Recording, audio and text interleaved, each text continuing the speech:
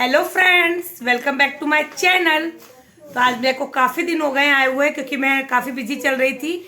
घर में मैरिज का प्रोग्राम था, घर की शादी थी, तो मैं उसमें बिजी हो गई थी। लेकिन बच्चों के एग्ज़ाम चल रहे हैं तो मैंने इनकी छुट्टी नहीं की थी।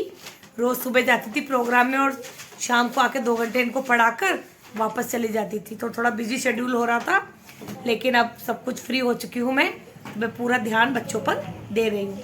तो आज हम बच्चों के एग्ज़ाम स्टार्ट हो गए हैं और मैं बच्चों को लर्निंग करा रही हूँ। तो बच्चों को मैं लर्निंग में क्या करा रही हूँ, क्लास 5th का बच्चा है, उसका कंप्यूटर का एग्ज़ाम है 2 दिन बाद।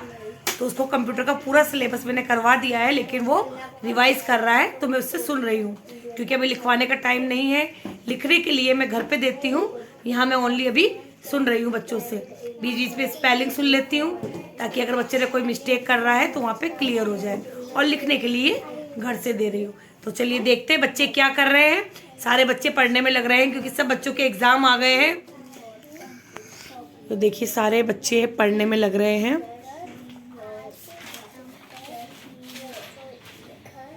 सब बच्चों को मैंने एग्ज़ाम में लिखने के लिए जो जो इनका आ रहा है, प्रैक्टिस वर्क है या रिवीजन है, वो सब बच्चों को मैंने पहले सुनकर और लिखने के लिए दिया है।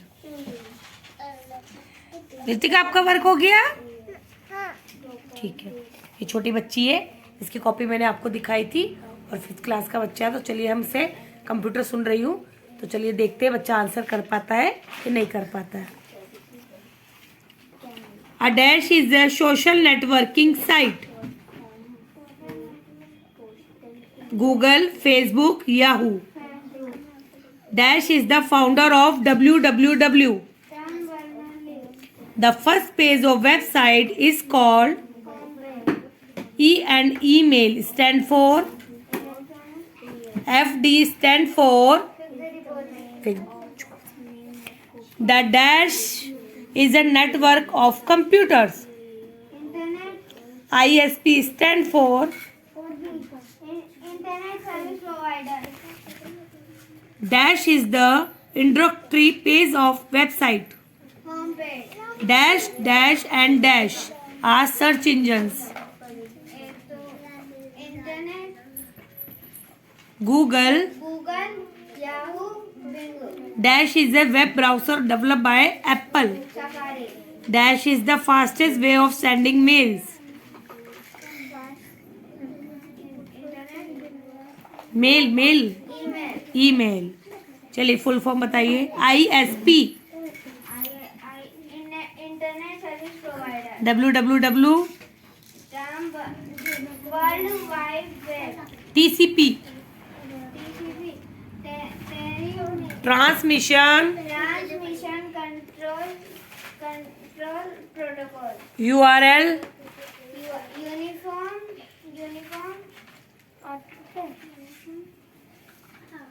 Uniform Resources। ये देखिए क्लास 5 से सुना, तो ये क्लास 3 की कॉपी मेरे पास आ गई है। ये मैम ने पूरा एनुअल का रिवीजन करा रखा है इनको। EV की कॉपी है, और ये देखिए अब इतना सारा मुझे इनसे सुनना है ये पूरा। Land transport is two kind dash and dash.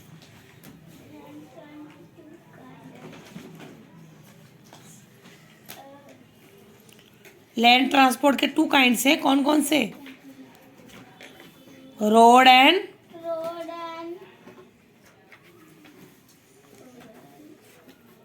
Rail. ये लैंड ट्रांसपोर्ट है दोनों, road and rail. Metro is a life line of a Kolkata and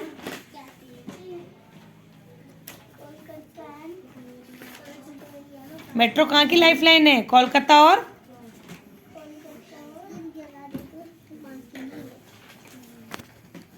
elephant are used in thick.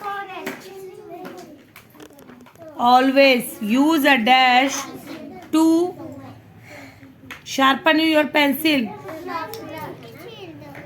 Dash have your toys on the floor. When waiting the school bus stand in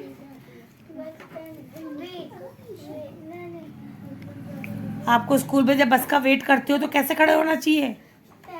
क्यों? Q मतलब line. क्या spelling है Q की? Dash is around us. Gopal feed is hand on. Gopal feeds his hands on time. और ये metro lifeline कहाँ की है? कोलकाता की और दिल्ली की? दिल्ली की। दिल्ली में सबसे ज़्यादा चलती है मेट्रो, कोलकाता और दिल्ली में। Write answer in one word. Which animal use to desert to pull cart? Camel की क्या स्पेलिंग है? What is the short form? The postal index number. A phone can be carried can while travel. A phone can be carried even while traveling. An example of natural resources. What is the name of Gopal's favorite? The transport layer of the earth's surface.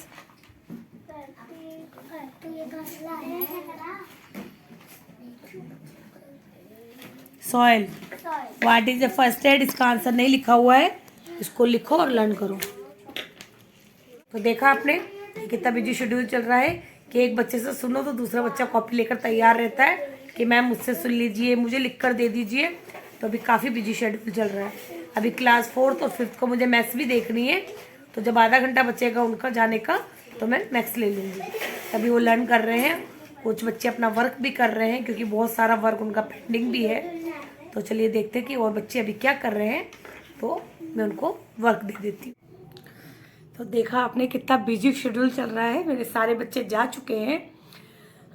मतलब मुझे कम से कम आजकल 3 या 3.5 घंटे लग जाते हैं 10 बच्चों में, और काफ़ी पजल हो जाती हूँ मैं क्योंकि अभी मेरी बिटिया भी मेरा साथ नहीं दे पा रही है क्योंकि उसके एग्ज़ाम है। लेकिन जैसे ही बच्चों के एग्ज़ाम स्टार्ट होंगे तो उसके एग्ज़ाम ख़त्म हो चुके होंगे, तब वो मेरी हेल्प कर पाएगी। तो अभी मुझे सारे बच्चों को देखना पड़ रहा है, उनका पूरा सिलेबस करवाना पड़ रहा है क्योंकि मैं सिलेबस के अकॉर्डिंग चल रही हूँ कि उनके एग्ज़ाम में क्या क्या आएगा, और डेली उनको मैं लिखवा रही हूँ, सुन रही हूँ। बड़े बच्चों से तो मैं सुन रही हूँ क्योंकि वो सुना देते हैं और घर के लिए उनको लिखने के लिए देती हूँ। अब मुझसे बार बार एक क्वेश्चन ये पूछा जा रहा है कि मैम बच्चों की फ़ीस कैसे लें? बच्चे हमारे पास आने लग गए हैं तो हम फ़ीस एडवांस कैसे लें? तो मैं आपको बता दूँ कि आपको फ़ीस एडवांस ही लेनी चाहिए।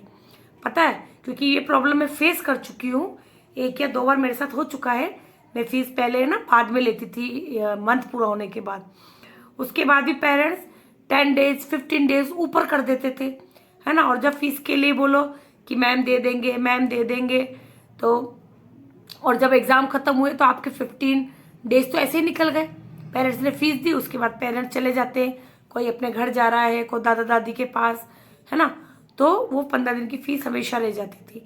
लेकिन मैंने अब ये सिस्टम कर दिया है कि मैं फ़ीस एडवांस ही लेती हूँ। जब बच्चा आता है न्यू, मैं तभी बोल देती हूँ कि आप 2-3 दिन देख लीजिए, 4 डेज देख लीजिए, उसके बाद मैं फ़ीस एडवांस लूँगी, ठीक है। क्योंकि है ना, फ़ीस एडवांस ले लेते हैं, उसके बाद हमको थोड़ा सा ये रिलीफ रहता है कि अब बच्चा भी हमारे पास आ रहा है, आएगा रेगुलर, और उसके अलावा फ़ीस आ गई है तो अब उसकी टेंशन भी नहीं रहती, ठीक है। नहीं तो पूरा मंथ हम मेहनत करते हैं, पूरा इतना जी जान से बच्चों को पढ़ा रहे हैं और टाइम से फ़ीस नहीं मिलती तो थोड़ी सी निराशा तो होती है।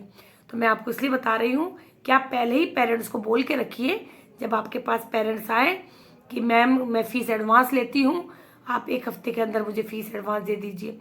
तो आपको पता भी लग जाएगा कि बच्चा आपके पास आएगा। कुछ बच्चे क्या करते हैं कि 2-3 दिन आए और उसके बाद आना बंद कर देते हैं, ठीक है, टाइम पास कर रहे होते हैं। तो इसलिए आप फ़ीस एडवांस ही लीजिए, और लेने का तरीका मैंने आपको बता दिया है कि आप पहले ही पेरेंट्स को बोल दीजिए, क्योंकि मंथ के बाद लेने का मतलब ये होता है कि मंथ कंप्लीट होते ही आपको तब भी पेरेंट्स ये 8 या 10 दिन से पहले नहीं देते हैं, ठीक है। और एग्ज़ाम ख़त्म हो जाते हैं, उसके बाद पेरेंट्स चला जाता है। तो इस चीज़ का आपको ध्यान रखना पड़ेगा। इसके बाद बहुत से पेरेंट्स बोल रहे, बहुत से टीचर्स बोल रहे हैं या मुझसे पूछा जा रहा है कि मैम है ना, हमारे बच्चे ही नहीं बढ़ रहे तो हम क्या करें। तो कोई बात नहीं, निराश मत होइए। आप जो भी बच्चे आपके पास आ रहे हैं उनको मेहनत और लगन से पढ़ाइए, तो आपकी मेहनत जो है वो एक दिन रंग जरूर लाएगी। क्योंकि आप अगर मेहनत अच्छे से कर रहे हो तो मैंने आपको पहले भी बताया है कि बाहर जाके बच्चा बोलेगा कि मैं उस मैम के पास जाता हूँ या उस सर के पास जाता हूँ, वो मुझे बहुत अच्छे से समझाते हैं, पढ़ाते हैं, तो और भी बच्चे आपके पास आने लगेंगे। तो इसलिए निराश मत होइए, लेकिन जो भी बच्चे आपके पास आ रहे हैं आप उन्हें अपनी पूरी मेहनत और लगन के साथ पढ़ाइए। तो आई होप वीडियो आपको अच्छी लगेगी। और अगर मैं शादी में गई हुई थी, घर की शादी थी हमारी, तो अगर आप मेरी शादी के वीडियोस देखना चाहते हैं तो आप मुझे कमेंट में लिख सकते हैं, तो मैं उनको भी इसी व्लॉग में डाल दूंगी। तो आई होप वीडियो आपको अच्छी लगेगी। वीडियो अच्छी लगे तो प्लीज़ वीडियो को लाइक करें, शेयर करें एंड चैनल को सब्सक्राइब करें। Okay then, thank you, bye.